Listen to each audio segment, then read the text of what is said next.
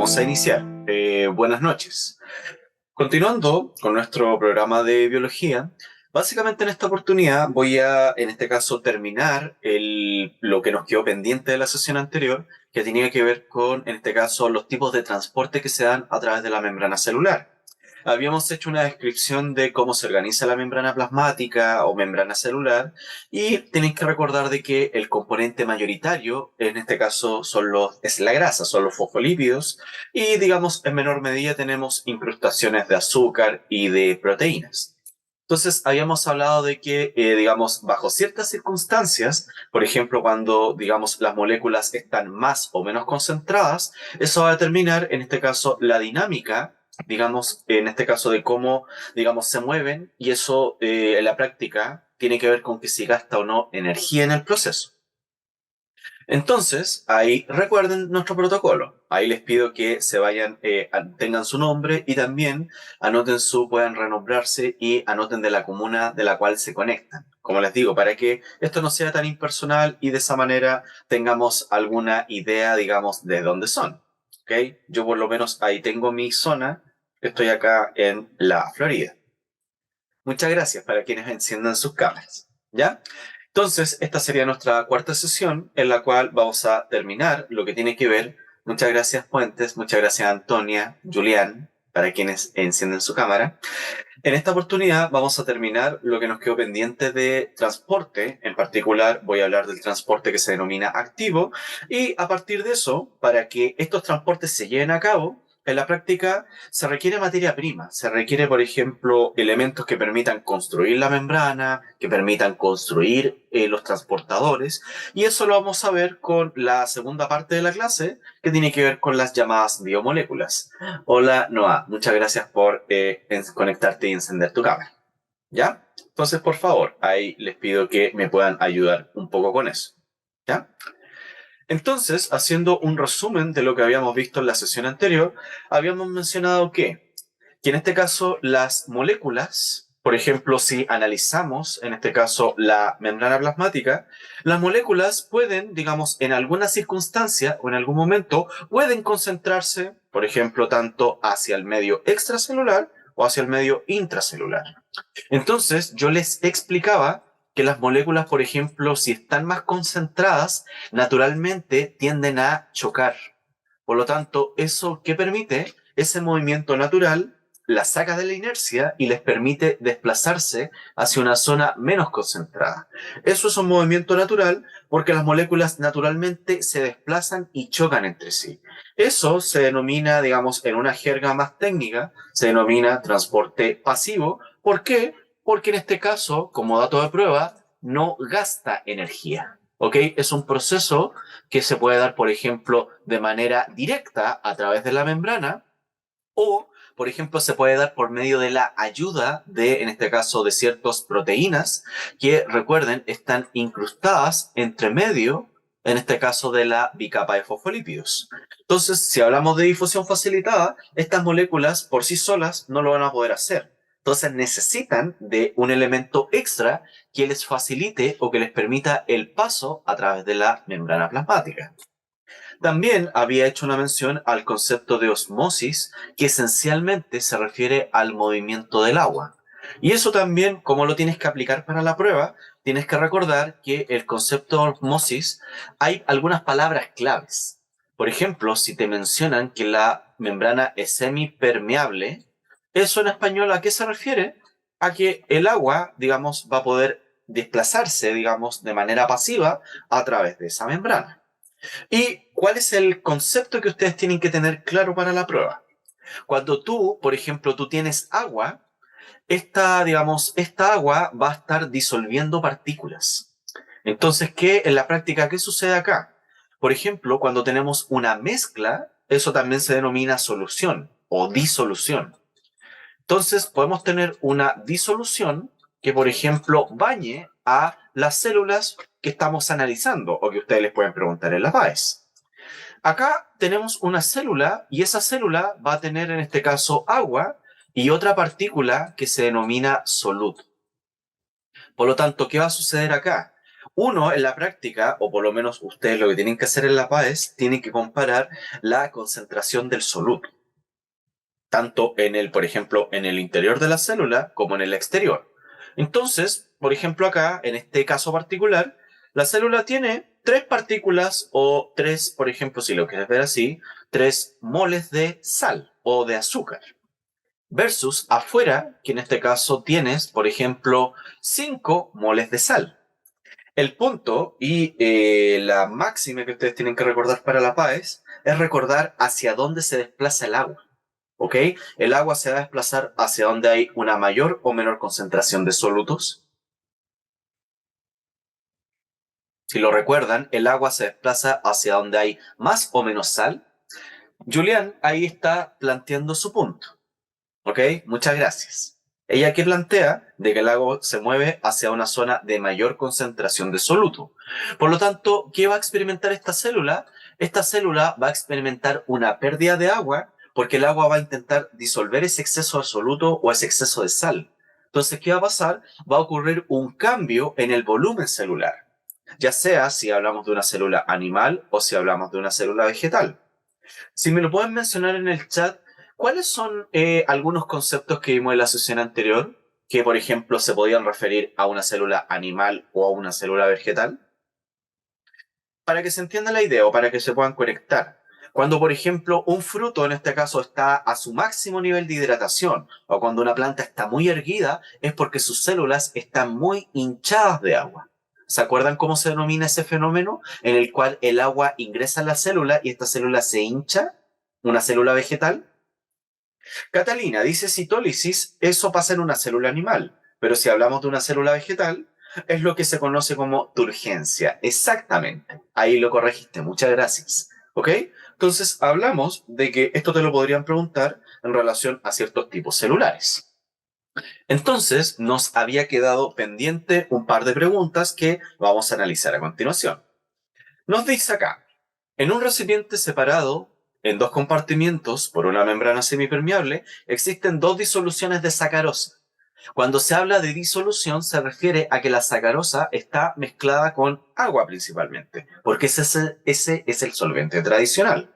Entonces, como se muestra en la imagen, tenemos un compartimiento que tiene una baja concentración de sacarosa versus otro compartimiento que tiene una alta concentración de sacarosa. Eso, la sacarosa, en la práctica es lo que ustedes conocen como soluto.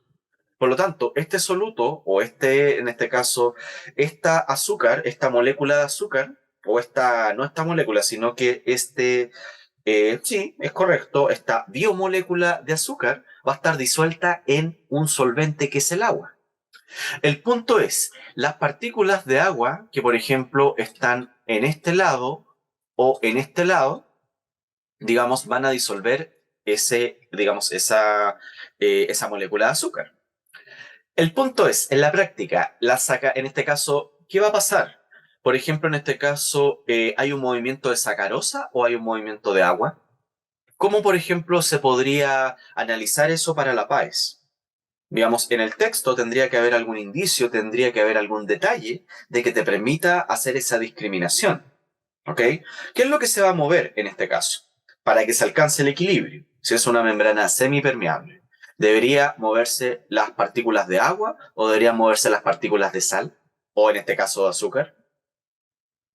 ¿Qué es lo que se va a mover? Ahí Antonio está planteando su punto, muchas gracias. ¿Ok? Catalina también. Lo que se mueve, si hablamos de osmosis, tiene que ver con el movimiento del agua. Por lo tanto, el agua se va a desplazar de izquierda a derecha o de derecha a izquierda. ¿Dónde hay mayor concentración de sacarosa?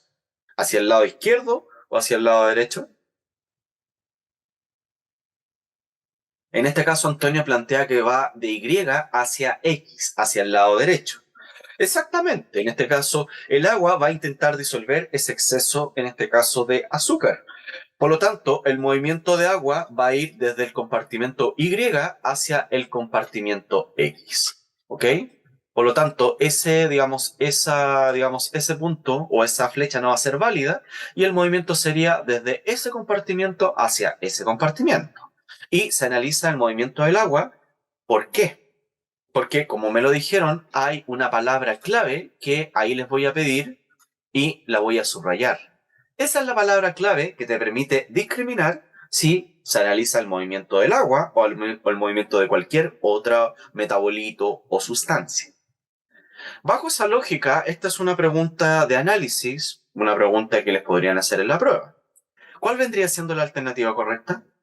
Si vemos, en este caso, un fenómeno de osmosis. Ahí, Antonia, Sofía, muchas gracias, están planteando sus puntos. En este caso, el agua se va a movilizar desde el compartimiento Y hacia el compartimiento X. Acá, ¿cuál vendría siendo el distractor? Es diferenciar, digamos, si se mueven partículas de azúcar o partículas de agua. Ahí ustedes tienen que discriminar, ¿ok? En el buen sentido de la palabra, ¿ok? Por lo tanto, tenemos esa pregunta que nos quedó pendiente. Tenemos esta otra pregunta que es de habilidad científica. ¿Por qué? Porque en este caso te plantea una situación y tú tienes que, digamos, a partir de eso, inferir. Rodrigo dice, pero ¿cómo diferenciamos si es un movimiento de agua o de soluto? Qué bueno que lo mencionaste. ¿Por qué? Porque yo les dije en la sesión anterior que, por ejemplo, en este caso, si en vez de que te diga semipermeable, te dice que tiene una membrana con permeabilidad selectiva, o tiene simplemente permeabilidad selectiva. Puede ser la frase completa. Si te dice que tiene permeabilidad selectiva o que tiene permeabilidad a secas, eso significa que se analiza el movimiento en este caso, del soluto. En cambio, si te dice semipermeable, se refiere exclusivamente al movimiento del agua. Lo que pasa son conceptos que a veces se utilizan como sinónimos, pero no son lo mismo. Uno tiene que ver con el movimiento de solutos y otro con el movimiento del agua. No sé si en este caso te queda más claro o en este caso se entiende la diferencia. Eso es, permeabilidad selectiva versus semipermeable. ¿Ok? No son lo mismo. Entonces, esta otra pregunta que la vamos a ir viendo digamos, a medida que avancen las clases. Recuerden que posteriormente la segunda mitad del preuniversitario son módulos de ejercitación. Por lo tanto, esto lo vamos a ver con mucho más detalle. ¿Ya?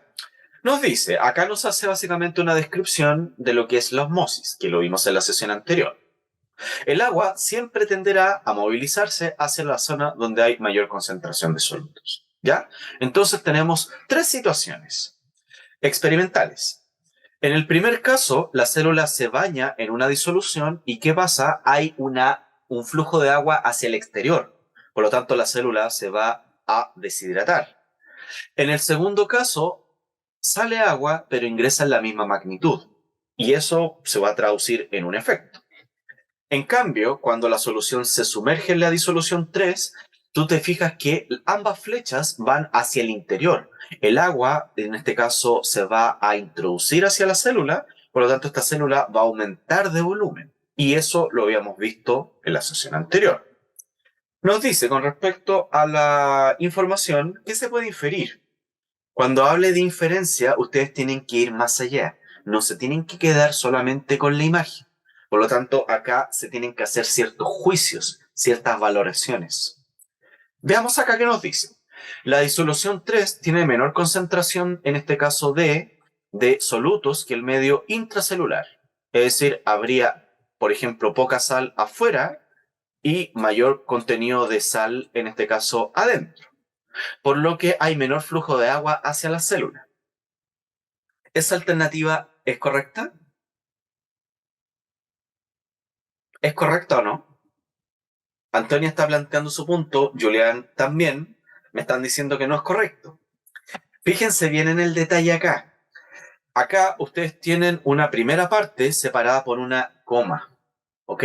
Eso, por ejemplo, bajo este caso, sería correcto. Que afuera hay poco soluto y adentro más soluto. Esa parte sería correcta, pero ¿en qué se cae la alternativa? En la segunda, después de la coma. Dice, por lo tanto, hay menor flujo de agua hacia la célula. La primera parte es correcta, pero la segunda se cae. Por lo tanto, no me sirve. ¿Ok? Entonces, tienes que buscar una alternativa que sea correcta en su totalidad. esta tiene una parte que es correcta, pero luego se cae. Por lo tanto, no es. Exactamente, es para confundir a los que no leen todo. Entonces, ¿qué pasa? Se quedan con lo primero que leen, valga la redundancia. B, dice la disolución 1 tiene menor concentración de solutos que el medio intracelular. Es decir, en este caso, bajo esa lógica, afuera hay poco soluto en relación al interior, provocando la deshidratación y muerte de la célula. Acá, ¿esa alternativa es la correcta? Si se fijan acá en la imagen, el agua va a salir.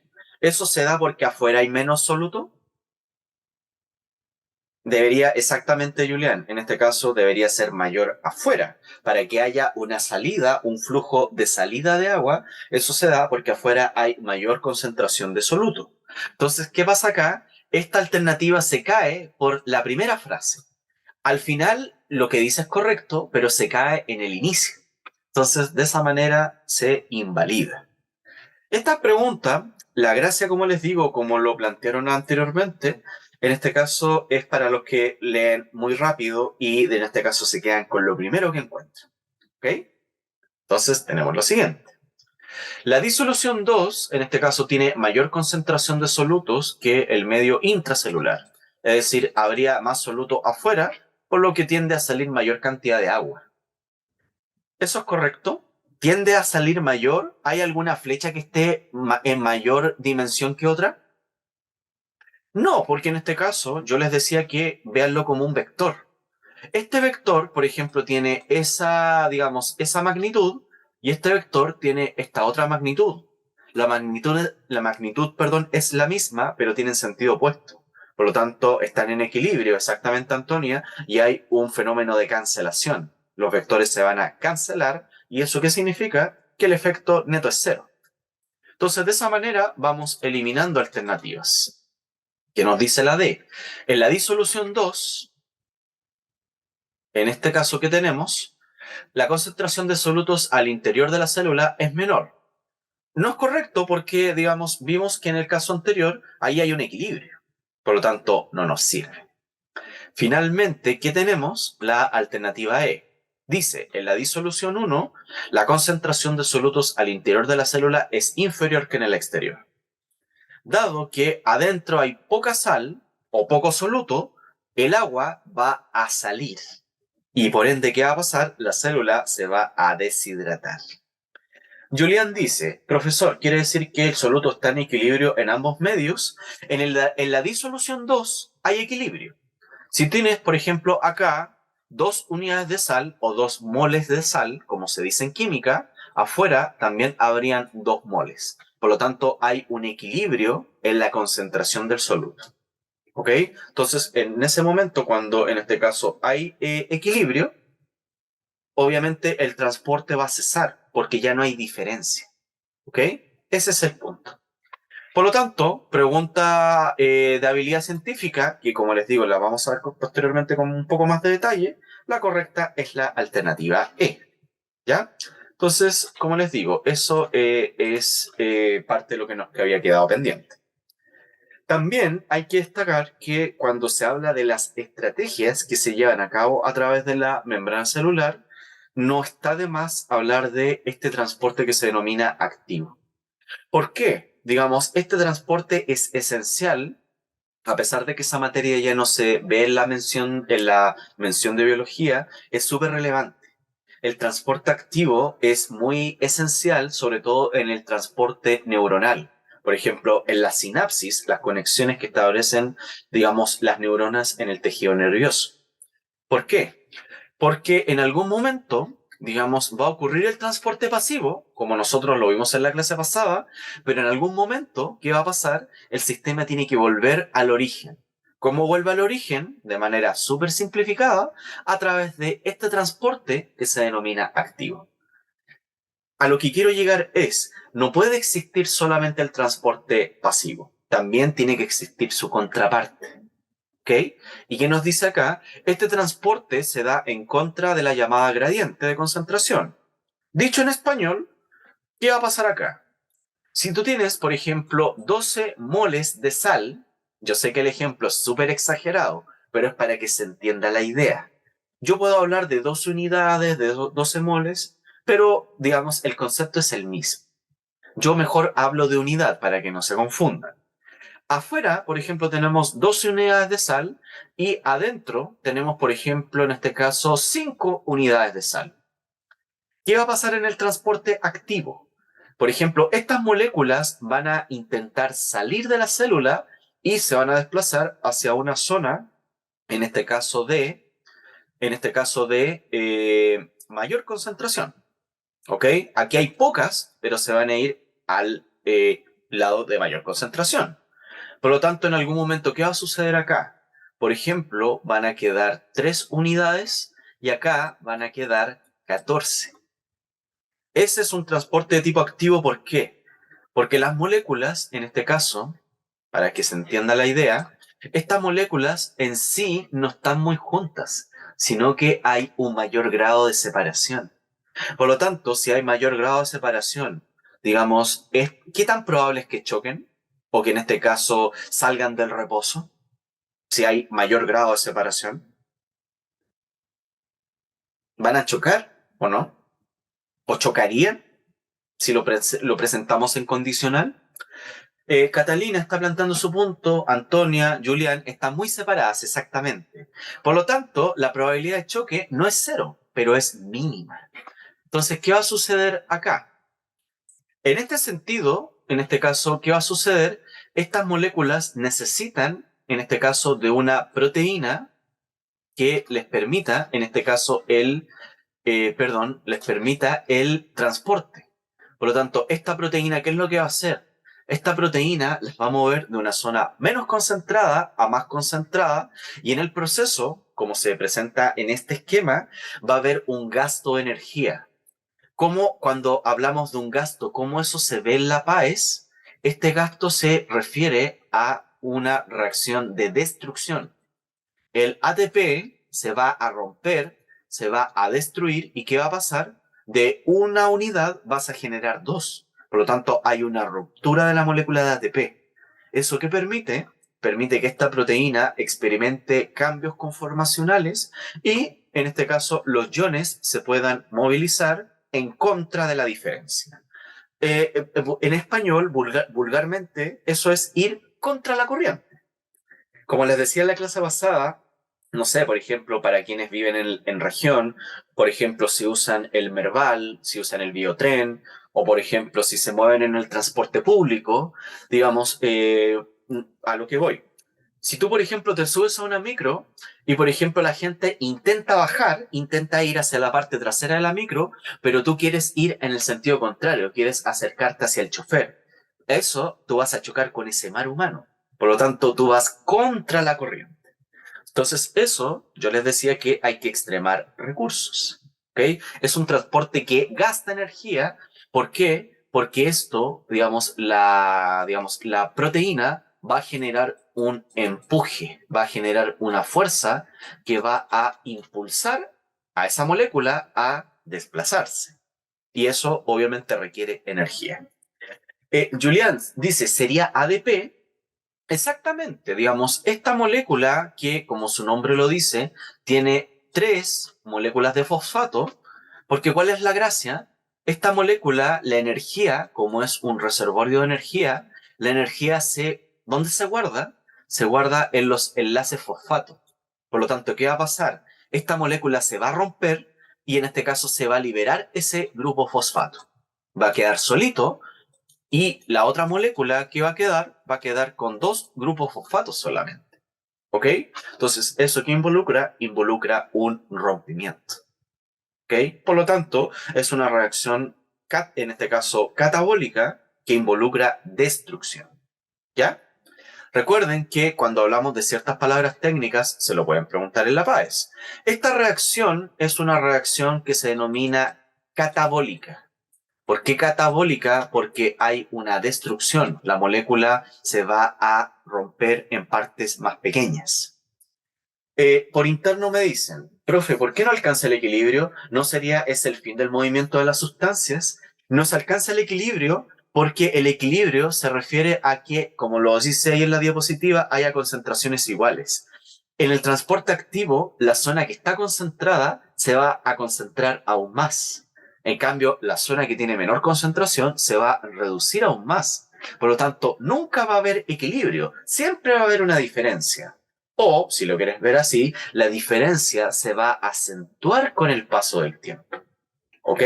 Digamos, este transporte, como les digo, se da bajo ciertas circunstancias, pero en la práctica va a apoyar al transporte pasivo. El transporte pasivo, si lo quieres ver así, tal vez se da en mayor frecuencia o en este caso se da en un mayor porcentaje y el transporte activo en menor medida. Básicamente, el caballito de batalla o el ejemplo medio trillado, pero que históricamente se pregunta en la PAES, en la PSU, en la PET y ahora en la PAES, tiene que ver con la clásica bomba sodio-potasio. ¿Por qué?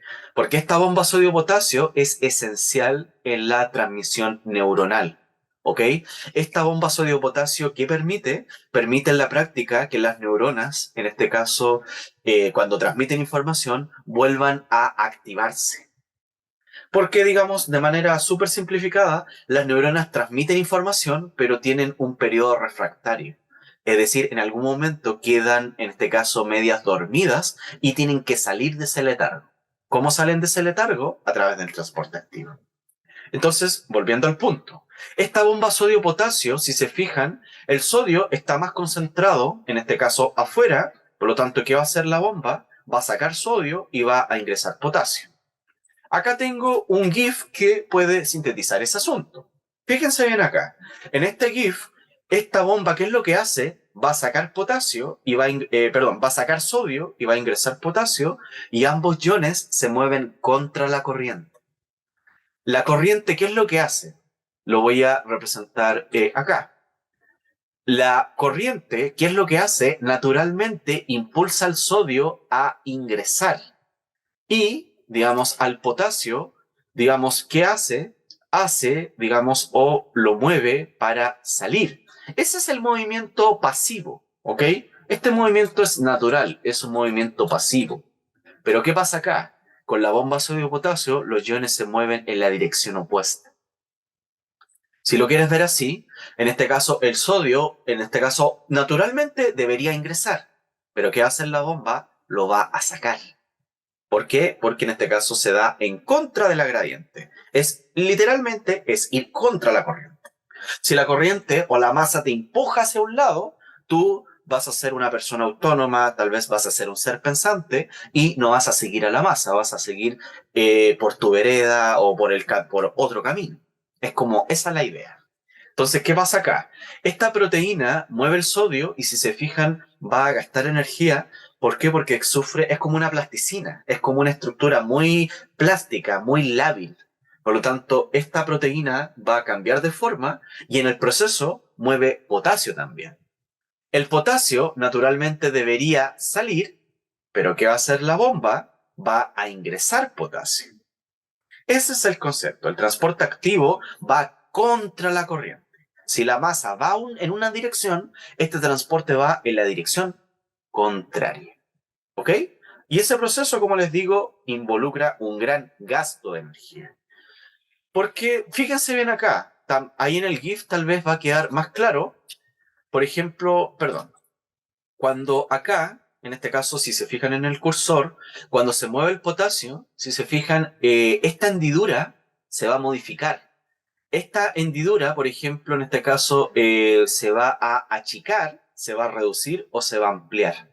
Hay un cambio en la conformación y ese cambio, ¿por qué se da? Se da porque hay un gasto de energía. La energía que permite que el ion pueda calzar perfectamente en este caso, en ese recipiente o en ese bolsillo que tiene la proteína.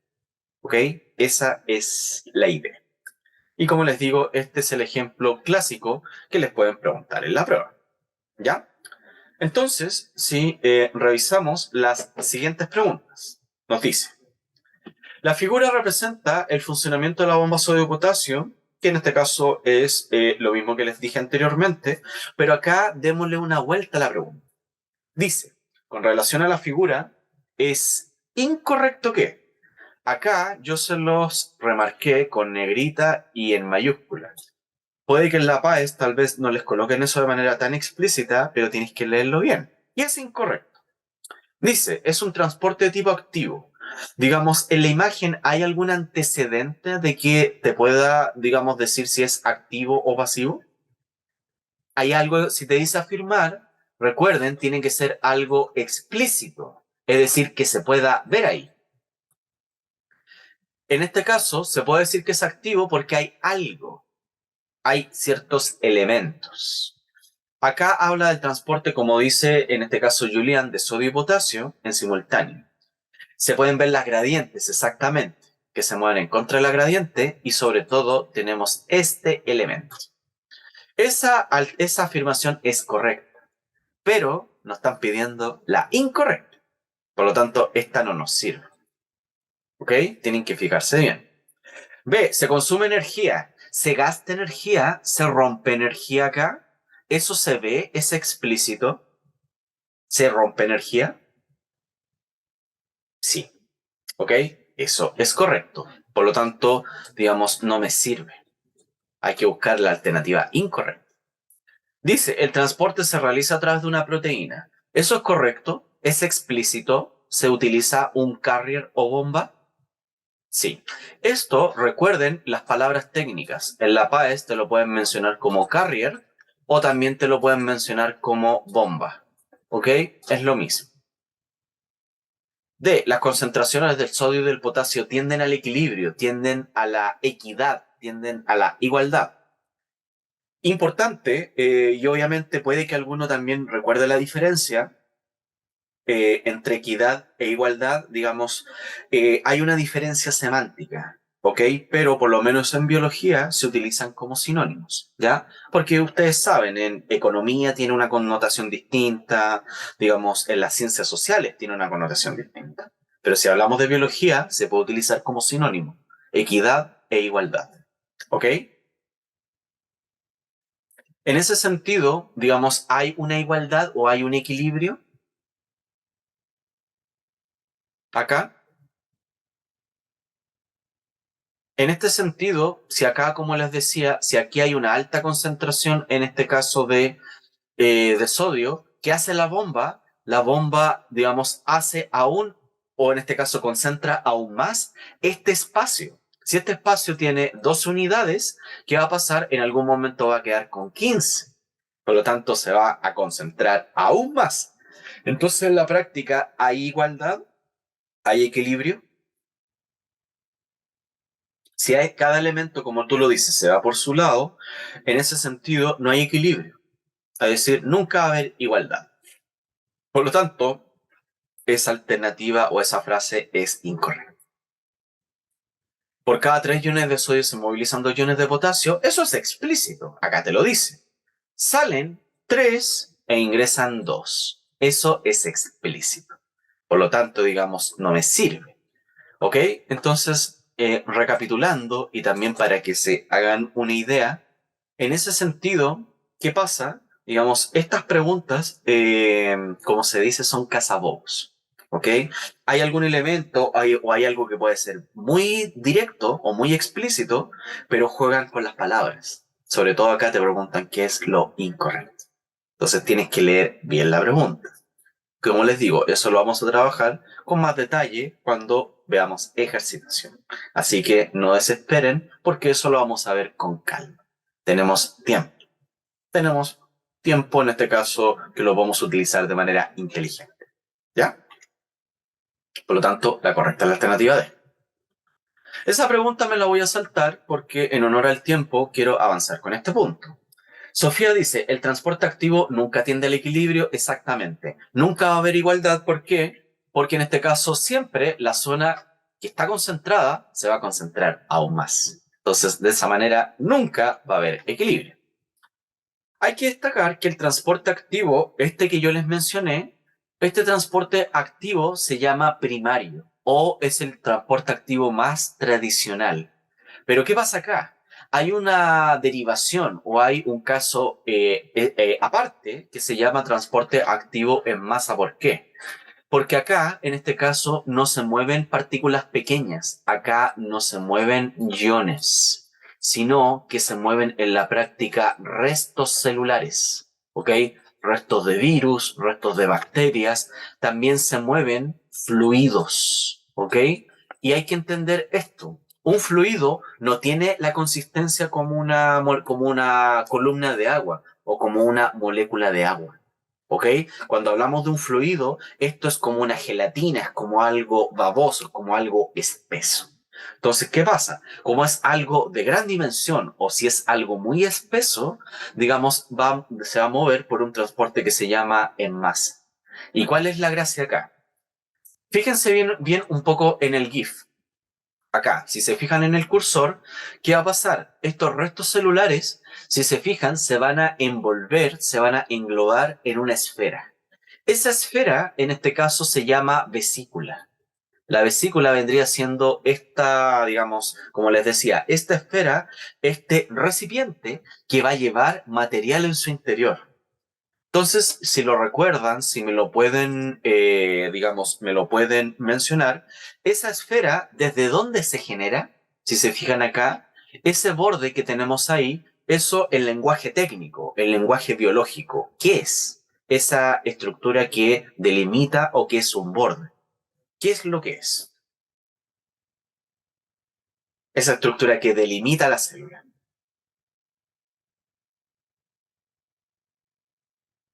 Es la membrana, Catalina. ¿Una pared? No. Esa estructura vendría siendo, en este caso, lo que se conoce como membrana celular o membrana plasmática. ¿Cuál es la pillería acá? La pillería radica en que estas moléculas, ¿qué pasa? Como son de gran dimensión, son restos celulares, por lo tanto son de gran dimensión. ¿Y cuál va a ser el problema? Pueden, si chocan o si van a una cierta velocidad, pueden romper o pueden generar una fisura en la membrana y por ende matan a la célula. La célula, para evitar cualquier problema, para evitar cualquier inconveniente, ¿qué va a suceder? Este material lo va a envolver en una vesícula y va a perder un resto o va a perder un segmento de membrana. Antonio dice, eso no era función del aparato de Golgi en empaquetar, esa es la dirección opuesta. Por ejemplo, cuando una partícula o cuando algún elemento quiere salir de la célula, también es un transporte activo. ¿Por qué? Porque el aparato de Golgi, como tú lo mencionas claramente, este material lo va a envolver en una vesícula, pero va a ser la dirección opuesta. El Golgi genera una vesícula para sacar este contenido a través de la esfera. En cambio, por esta otra dirección, este material va a ingresar hacia la célula a partir de qué? A partir de la formación de una esfera. Pero el sentido o el sentido biológico es correcto. El Golgi genera estas vesículas para sacar material, ¿ok? Ese fenómeno, cuando hablamos de una salida, eso se llama exocitosis, salida, ¿ok? En cambio, cuando hablamos, por ejemplo, de entrada, que vendría siendo esta otra dirección, que el material se engloba en esa esfera, el concepto técnico es endocitosis. ¿Ok? Entonces tengan claro, este es un transporte activo y eso, un dato de prueba, por favor. ¿Ok? Es un dato súper específico. Este transporte se considera activo solo porque gasta energía. Acá las partículas, las gradientes no importan, solamente se gasta energía. Mi pregunta es, ¿dónde, digamos, por qué se gasta energía? ¿De dónde viene el gasto de energía? Julián dice, entonces, ¿qué se menciona? Exocitosis en la imagen. Tienes los dos. Miren, voy a activar el GIF. Por ejemplo, en este caso, digamos, podemos tener la entrada, que vendría siendo endocitosis, o podríamos ver por la otra dirección que esta partícula, esta esfera, viene desde el interior y saca el material a través de exocitosis. ¿Ok? Endo versus exocitosis. Ese es el concepto. Y solamente gasta energía. Por eso se considera activo. La pregunta es, no necesariamente, ojo, acá en el GIF se representa de manera simultánea, pero no necesariamente sea así. Tal vez puedes tener un pulso, es decir, que en algún momento solo haya entrada de material y posteriormente pueda haber salida de material. ¿Ok? ¿Qué quiero destacar acá? Y por favor que alguien me lo conteste. El punto es, ¿de dónde se gasta la energía? O en la práctica, ¿por qué hay un gasto de energía? Fíjense en esta dinámica. Cuando esta esfera, por ejemplo, digamos, saca el material o cuando se forma esa esfera. ¿Cómo podemos vincular eso con el gasto de energía?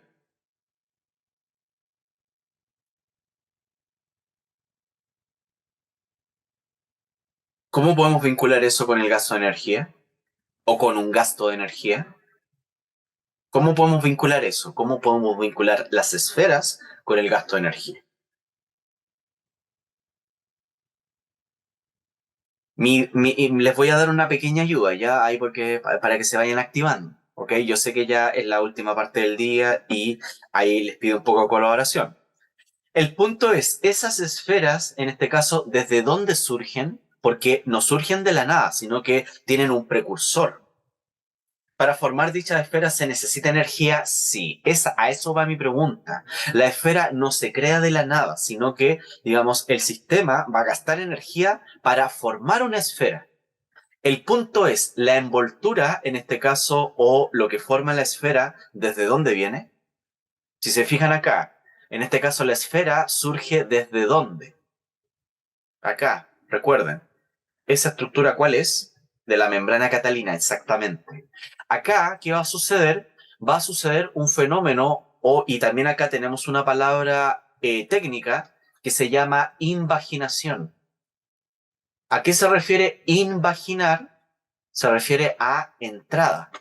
En cambio, por ejemplo, cuando hay una salida, ¿qué va a pasar? Digamos, la vesícula, en este caso, va a ocurrir algo que se llama evaginación. ¿Ok? Invaginación es entrada y evaginación se refiere a salida.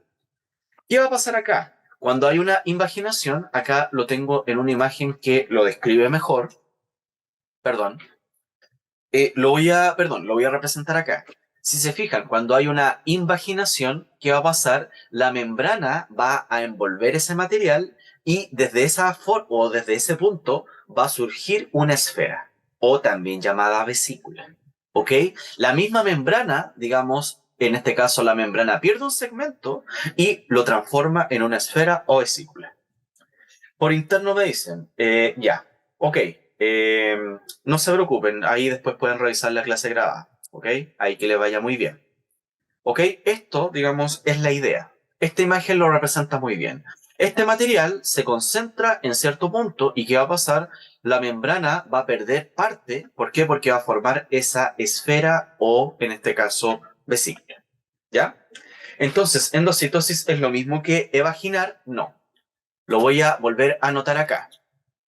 Endocitosis sería, por ejemplo, no es que sea lo mismo, sino que la endocitosis ocurre, ¿por qué? Porque hay una invaginación. ¿Qué pasa? La invaginación es, en este caso, digamos, lo que genera la endocitosis. O la endocitosis viene de una invaginación, ¿ok? De una entrada de material. En cambio, la exocitosis deriva de qué? Deriva de una evaginación. ¿Ok? Son palabras técnicas que eventualmente te pueden preguntar en la PAES. ¿Ok? Esa es la idea. Acá, esperen, me están preguntando un punto a considerar. Ya, eso era básicamente. La endocitosis se da porque el material, porque la vesícula se va a invaginar y en la exocitosis hay una evaginación. Si se fijan acá, ¿qué va a pasar en la evaginación o en la exocitosis? La vesícula, ¿qué va a pasar? Se va a fusionar con la membrana. Entonces, ¿qué pasa en la práctica? Cuando hay entrada, la membrana se achica un poco, pero cuando hay salida, la membrana va a ganar material, se va a alargar un poco. Entonces la membrana está en ese vaivén. En algún momento pierde material, pero en otro momento gana material. Entonces, si lo vemos con un poco más de detalle, por ejemplo, si se lo preguntan en la PAES, ¿qué vamos a tener? La entrada de material puede ser directamente, por ejemplo, restos de virus, restos de bacterias, restos de cápsulas virales o, por ejemplo, viriones, ¿ok? Que son derivados de los virus. Fíjense bien acá, atención. Acá tenemos una cápsula viral y fíjense bien acá, este material va a ser envuelto en una esfera o una vesícula. Por lo tanto, acá, este proceso, la endocitosis, es como la palabra madre, es como la palabra en general. Pero ¿qué pasa? Esta endocitosis, por ejemplo, si nos referimos a restos sólidos o a partículas o restos celulares, eso tiene un nombre más específico que se denomina fagocitosis. ¿Ok? Entonces, ¿qué va a pasar acá? Cuando hay fagocitosis, este material es ingresado hacia la célula y posteriormente la célula lo va a digerir. ¿Ok? Recuerden que tiene un sistema digestivo que puede degradar y puede destruir ese elemento. Pero primero tiene que ser ingresado. Entonces, endocitosis es la palabra global, pero fagocitosis sería un concepto más específico cuando nos referimos al ingreso de partículas sólidas o restos celulares. ¿Se entiende esa idea? La diferencia de concepto entre un punto y otro. ¿Manejan esa diferencia o se entiende la diferencia? Endocitosis puede ser la entrada de cualquier cosa, pero fagocitosis es más específico porque se refiere exclusivamente al ingreso, o en este caso a la invaginación de material o restos celulares. ¿Ok? Entonces, ahí tenemos una primera diferencia. En cambio, por ejemplo, cuando hablamos de fluidos, recuerden que exactamente, ahí me está preguntando Rodrigo, la pinocitosis se refiere en este caso al ingreso de fluidos. Pero ¿qué pasa? Yo les decía que un fluido no tiene necesariamente la consistencia del agua, sino que es como en este caso, es como una gelatina. Es una consistencia tipo gel y eso en este caso, es muy robusto. Por lo tanto, ¿qué va a pasar acá? Este fluido, como yo les decía, se va a empezar a apelotonar, se va a empezar a concentrar y eventualmente, ¿qué va a pasar? La membrana lo va a envolver en una esfera o vesícula. Pero como les digo, no es un sólido, sino que es una estructura o un elemento más pastoso. Es como una gelatina y eso, digamos, es lo que se denomina fluido. Por lo tanto, puedes tener el ingreso de partículas sólidas de restos celulares o en este caso el ingreso de partículas que tienen esa consistencia gelatinosa o fluidos. Entonces, esa es una diferencia que tienen que manejar. ¿Ok? Por ejemplo, este punto que también hay que considerar es una endocitosis un poco distinta, un poco particular. ¿Por qué? Porque cuando ocurre transporte en masa, en muchos casos la célula literalmente se come cualquier cosa, no discrimina. Pero, ¿qué pasa acá? Cuando existe una endocitosis mediada por un receptor, literalmente, ¿qué va a suceder? La célula, por ejemplo, y lo voy a anotar acá, va a reconocer el material, en este caso, que se le acerca. Entonces hay un reconocimiento y si la célula da el visto bueno, este material va a ser, por ejemplo, fagocitado o pinocitado. ¿Ok? Pero hay un reconocimiento. Entonces, ¿qué pasa acá? Algunos patógenos utilizan esta estrategia para disfrazarse o para tener, en este caso, alguna proteína que la célula reconozca como algo inofensivo, siendo que eso le permite el ingreso al patógeno. ¿Ok? Entonces, eso, como les digo, es una endocitosis un poco más sofisticada. Es decir, no es el ingreso de cualquier cosa, sino que hay un reconocimiento previo. ¿Ya? Vamos a revisar una pregunta para que quede más claro el asunto acá. Por ejemplo, nos dice, proceso o procesos en que los leucocitos rodean con su membrana plasmática restos celulares, microorganismos y otras sustancias de gran tamaño y las introducen en su citoplasma. De partida, palabras raras para que vayan tomando nota. Un leucocito, ¿se acuerdan a qué se refiere o tienen alguna idea de lo que significa? Ahí Julián está planteando su punto. Muchas gracias. Ok, Antonia, también. Exactamente. Los leucocitos vendrían siendo lo que ustedes conocen como glóbulo blanco. ¿Ok? Y en ese sentido, también para que sea más lúdico, para que sea más interesante, yo en este caso, les recomiendo una serie que, esperen, acá se las voy a, en este caso, representar. Un momento, por favor. Esperen, se las voy a... Disculpen, que acá como que me falló un poco el efecto. Esperen. Ya, ahí lo tengo. Entonces, esperen, se lo voy a borrar. Ya, entonces lo voy a buscar acá.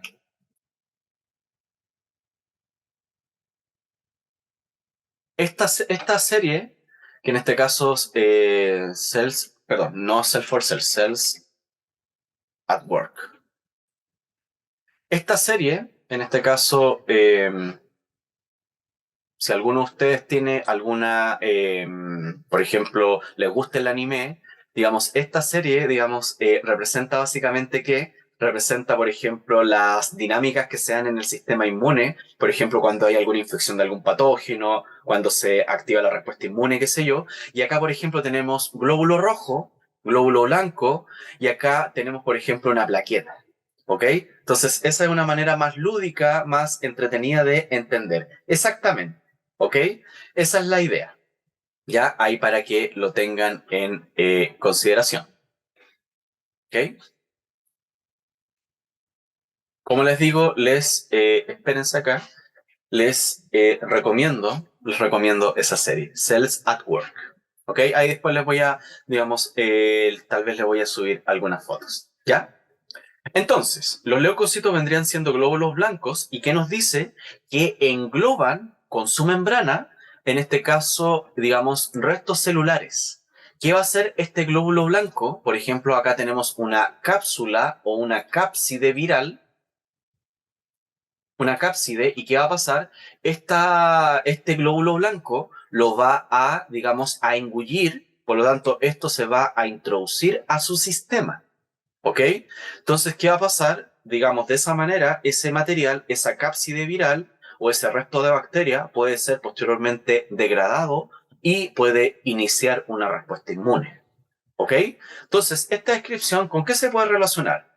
Si hablamos de que ese elemento lo introducen, ¿eso sería, en este caso, endocitosis o hay otro concepto? ¿Es una endocitosis la introducción?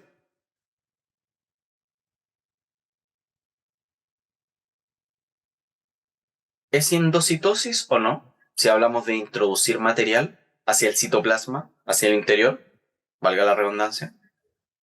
Sí, en grandes términos sí. Recuerden que endocitosis es como el concepto madre, es el concepto base y ese concepto tú lo puedes diferenciar, lo puedes desagregar. Entonces, en ese sentido, por ejemplo, si hablamos en este caso de ingreso de sustancias sólidas, ¿eso sería fagocitosis o pinocitosis? Pero si son restos, exactamente. Endocitosis es el concepto madre, pero de ahí podríamos hablar de fago o de pinocitosis, si hablamos de restos de virus, restos de bacterias. Ahí Catalina está plantando su punto, Julián también, Sofía, muchas gracias. Eso es fagocitosis. Y fíjense bien, el nombre te dice mucho.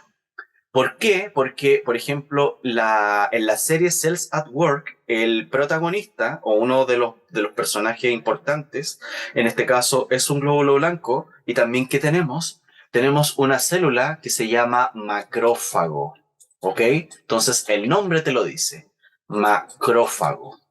Entonces fago viene de qué? Viene de fagocitosis, y literalmente fago tiene que ver con comer, tiene que ver con engullir. ¿Ok? Por lo tanto, ese macrófago es un tipo, no es el único glóbulo blanco que existe, porque existen varios. Basófilos, neutrófilos, eosinófilos, hay muchos, ¿ok? Entonces, hay una gran variedad, pero tal vez el más clásico, el más tradicional, es el llamado macrófago. Entonces, el nombre te lo dice. Fago tiene que ver con fagocitosis, y eso literalmente es comer, engullir.